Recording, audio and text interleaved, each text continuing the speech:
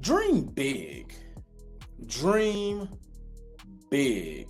I know it's something that we do, but do you really do that? And I'm gonna prove to you that most people don't dream big. To prove that most people or you may not be dreaming big enough is if you are scared to execute. See, when you dream big, you execute. You don't think about it. You're not scared. There's this thing called a LAX intensity. Your intent, you may be a little bit nervous, but you're not scared. It's a big difference between being nervous and scared. See, I dream big. I have big dreams. I was willing to go out on a limb and do things before it became popular. I was willing to invest when people didn't want to invest. I was willing to invest in markets where people didn't want to invest. I was willing to put my own money up. I was willing to put my own money up and risk it all. For those who don't know, I jumped out feet first in multiple different investment opportunities as I've been on this 20-year journey. We didn't have Instagram Live or webinars, and we didn't have any of that when I was on my journey. See, I was willing to dream big.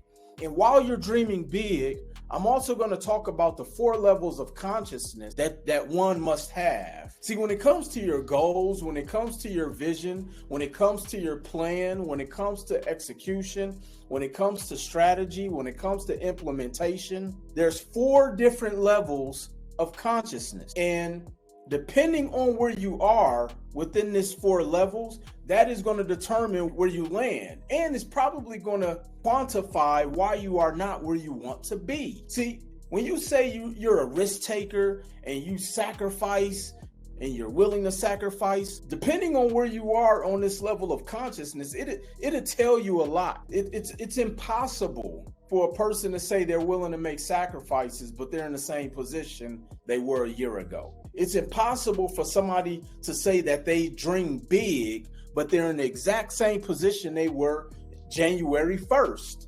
2024. See, today is the day we have to stop lying to ourselves. We have to. The first level of consciousness is called unconscious incompetence, essentially meaning you don't know that you don't know. See, if you're not where you want to be and you don't own real estate, that's your fault, okay?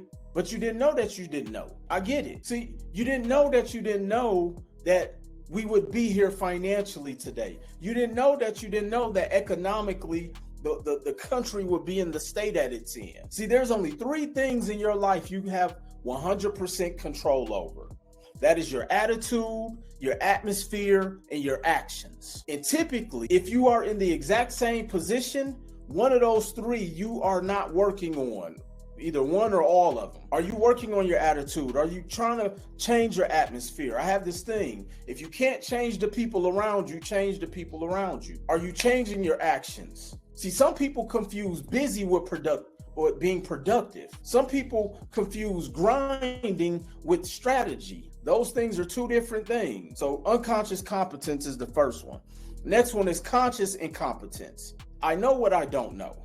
Meaning like, okay, I'm conscious that I don't know about real estate. I'm conscious that I don't know about money. I'm conscious that I don't know about economics. Because a lot of people lie to themselves. They lie to themselves and tell themselves, I know it. I know it. Like, you ever sat down with somebody and you know they don't know something?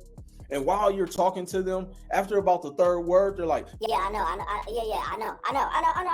Like, I can't stand people like that. Because it's like, don't ask me for advice if you know. Here's the thing. This is how I know people lie to themselves. It's no way in the world you can ask me about financial advice, but your finances is jacked up. Now, I get people go through things, but you are at least willing to go out there and make the necessary sacrifices, because here's one of the many things that I know for a fact.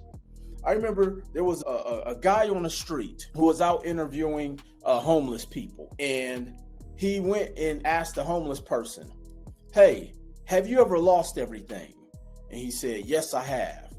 And the homeless guy said, wow, most people who have lost something have never had anything. But then he went and asked successful people, have you ever lost something? And they were like, yes, I have. And they asked, how did you get it back?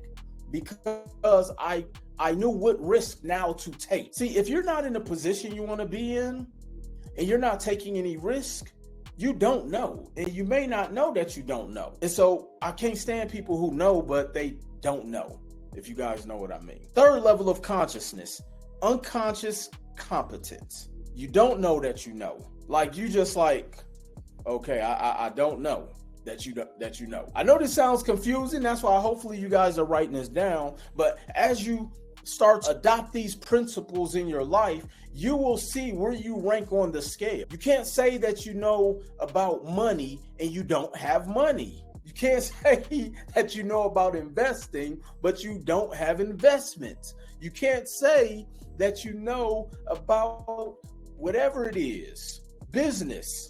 If you don't have, if you failed at everything, you don't know business. It's a disconnect somewhere. If you don't have any money in your bank account, there's a disconnect somewhere. We have to start telling ourselves the truth. It's 2024. See, in 2021, 22, you could lie to yourself because the government was feeding you. So you pretended like you knew everything. You pretended like that business was going well. You pretended like you were doing real estate. You were pretending that you was getting all this funding and actually making moves, but you really weren't. The last level of consciousness is conscious competence. You know that you know, and it's like breathing. See, when I talk about real estate or success is fifth grade math, that's conscious competence.